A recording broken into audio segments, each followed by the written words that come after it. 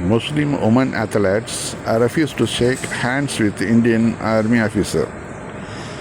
அதாவதுங்க ஒரு பாகிஸ்தானி எடுத்து இதை போடுறான் இந்த செய்தியை.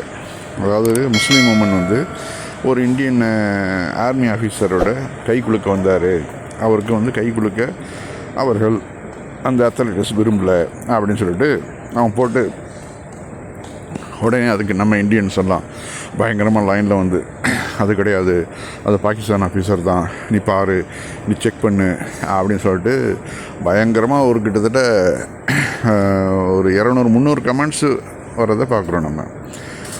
நமக்கு ஆச்சரியமாக இருக்குது.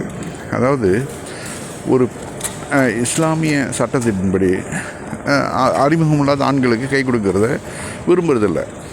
அங்கே வந்து ஒரு இந்தியன் ஆஃபீஸராக இருந்தாலும் சரி அல்லது ஒரு பாகிஸ்தானிய ஆஃபீஸராக இருந்தாலும் சரி சேம் தான். அது அவர்களை பொறுத்த வரைக்கும் 2 பேருமே ஆண்கள் தான். ஆக அங்கே வந்து பெண்கள் வந்து ஹிஜாபோடு அந்த பெண்கள் இருக்க போது இஸ்லாமிய சட்டத்திட்டங்களை ஃபாலோ பண்ணும்போது அவர்கள் வந்து ஒரு ஆணுடைய கையை தேவையில்லாமல் கை குலுக்கணுங்கிற அவசியம் இல்லை. அங்கே வந்து அவர்களுடைய திறமையை தான் காமிக்கணும். அவர்களுடைய அத்லெட்டிக்ஸில் எந்த சப்ஜெக்டில் அவங்க வந்திருக்காங்களோ, எந்த கேட்டகரியை அவங்க தேர்ந்தெடுத்துருக்காங்களோ அதில் சோபிக்கணும் ஒழிஞ்சு தேவையில்லாமல் கை குலுக்கணும் இல்லை போஸ்ட் கொடுக்கணும் அதில் அவங்க விருப்பம் இல்லைங்கன்னா அதை விட்டுற வேண்டியது தான். அது வந்து ஒரு இந்தியன் ஆஃபீஸராக இருந்தாலும் சரி இல்லை ஒரு பாகிஸ்தான் ஆஃபீஸராக இருந்தாலும் சரி அது அவங்களாம் புரிஞ்சுக்கிட்டு அவங்கள ஒதுக்கிடுவாங்க. இதுதான்.